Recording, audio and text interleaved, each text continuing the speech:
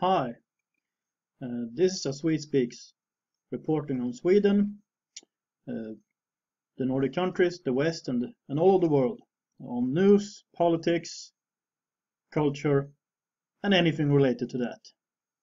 And I would like to address, well, the idea of the independent Swedes.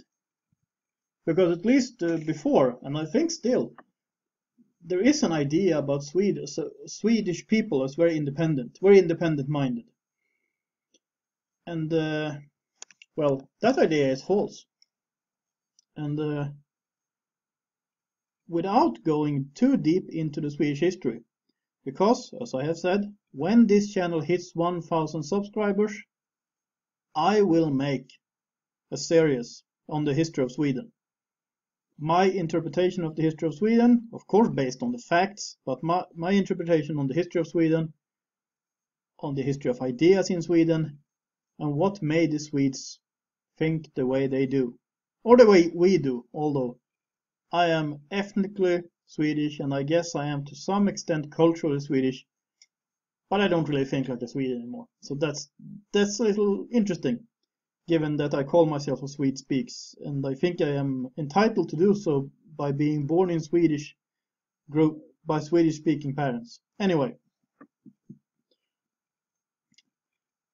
because when I grew up in Sweden, there was an idea among Swedish people that it wasn't really spoken out loud, but the impression I've got, and when I look at it in retrospect, is the idea of Sweden was the most modern country in the world, and also the most independent country in the world.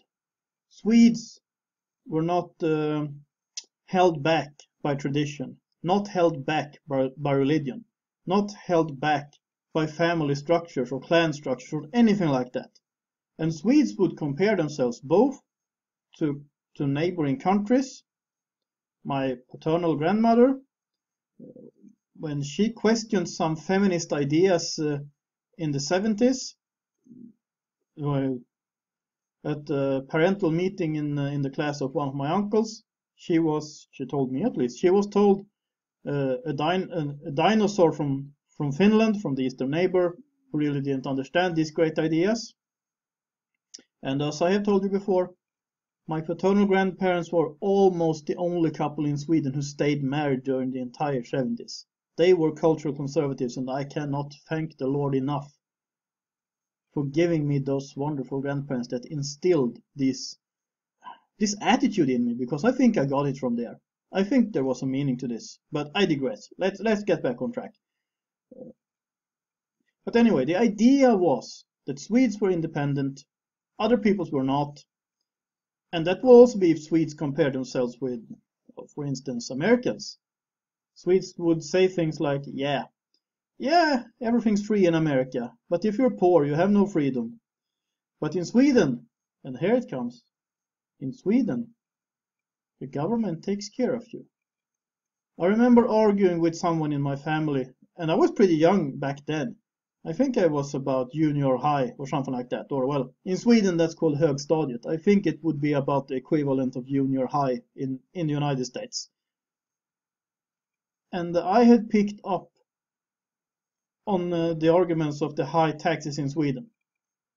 And I said this to someone in my family who just said, yeah, taxes are high in Sweden, but we get a lot for them. And in other countries, and the United States would always be used as the example of the bad things.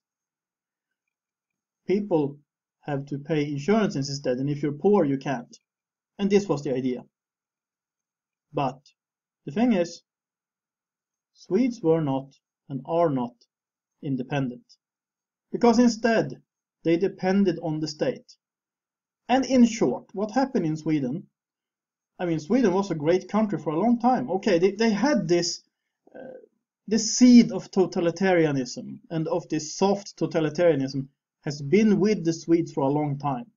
My personal theory, and I know that I'm not the only one who holds this theory, but I know this is a little controversial, but my personal theory is that it all started with King Gustavus I. And I will go into that in my history series. I am just mentioning, I think it started already then, back in the 1500s.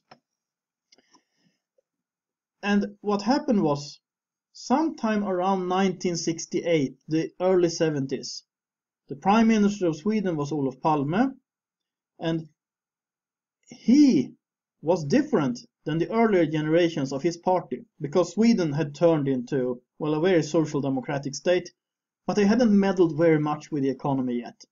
They had some welfare reforms and that, and there were some new taxes, but Sweden had about the same tax level as comparable Western nations. There wasn't a big difference, actually. But around 1970, Sweden rockets away. Taxes increase fast.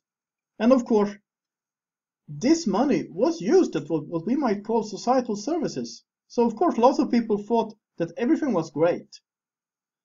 And you know what? Socialism works fine to begin with.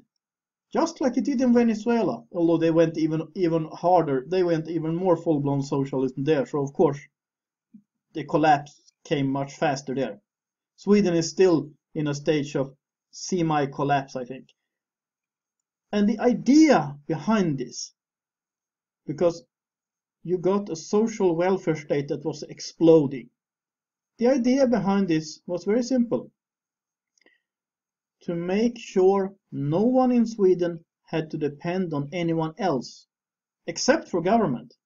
I know I have mentioned this before. I will most likely mention it again because I think this is important. Instead of women relying on their husbands, or for that matter, husbands relying on their wives. I mean, a husband could be unemployed too, and his wife might have to take up a job while he was looking for work. Who knows?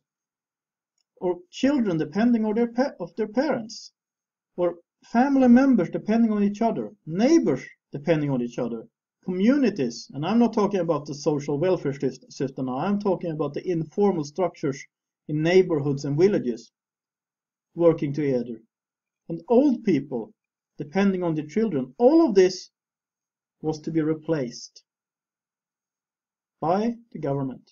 The government would be the one who gave you all the good gifts in life. And also, have I mentioned that Sweden is one of the most atheist countries in the world? The number of people saying that they have no belief in any god or deity is record high in Sweden.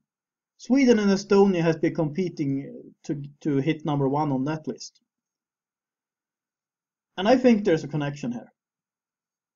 Because instead, government has turned into some kind of deity. I mean, in the minds of the Swedes. But what has this led to? When people depend on each other, they help each other out because they love one another, or at least because they like one another, or because they have some sense of loyalty. And the one who is helped will also try to get back on his or her feet, because you don't want to be a burden for your parents. You don't want to be a burden on your brother or on your neighbors, or on your wife, or on your children. You try as long as you can. You try to get back on your feet. But if government tells you we are going to solve your problem, you don't have to thank us, because this is a right. You are entitled to this. We get the entitlement culture, and that has been big in Sweden. I mean, I could go on about this forever, but I will just give you an example and well, give you my final rant / conclusion. About I think 12 years ago or something like that, an acquaintance of mine who was a single mother. I don't know where the father of her child, where he was. I have no idea about that, but she had her daughter whom she took care of, and she had no job. She was receiving some kind of benefits from government, and I told her that at the place where I was working, there were always vacancies there. It was an entry-level job, and many just worked there for a short while, and then when they found another job, they moved along. I was one of these who stayed there for a longer time. I worked there for 2 years, and then I emigrated to Norway. Anyway, that's another story. But I told her, I think you should apply for a job there. It's not the greatest salary in the world, but you'll get by. And she looked at me and she said, but I can't. Why not? I said. Because if I start working there, I'll lose my benefits. And this is the benefits culture. This is the entitlement culture. This is the so-called independent Swedes, which just is an illusion, because they have just turned people into government dependence or state dependence. And you could say that maybe that's fine, because maybe people are happy if we're going to play devil's advocate here for a little while, you could argue that maybe this is all fine and dandy. Maybe people are happy if they can just work on their own projects all the time, if they get a sum of money in benefits and everything's fine. Even if we forget about the cost. We forget about the financial cost right now. We don't think about that. But what about the individual? And what about the family? Because when government solves your problems, you don't have to rely on your family. This affects everything. This affects the relationship between husbands and wives. This affects the relationship between parents and children, between you and your neighbors and your community and your village and whatever. And you can see that in the divorce statistics in Sweden. Most children born in Sweden today, at least the children born by what you might call ethnic Swedish mothers, are born out of wedlock. And no one, or almost no one, thinks there is anything problematic with that. And a lot of people are living together without being married. But then what happens if you get tired of your partner? And everyone gets, or I think everyone gets tired of their partner at least once in a while. And you have no commitment. And you can say to yourself, I can leave this woman. The government will take care of her and our children. This really sponsors a culture of entitlement, a culture of irresponsibility, and a culture of dependence. The independent Swedes become really dependent on government. And like Margaret Thatcher said, I'll have to quote her. She said this in a Swedish TV show about 20 years ago. And it might be the best thing that someone ever said on Swedish license payer funded TV. She said, socialists want people to depend on the state. You never build a great society that way.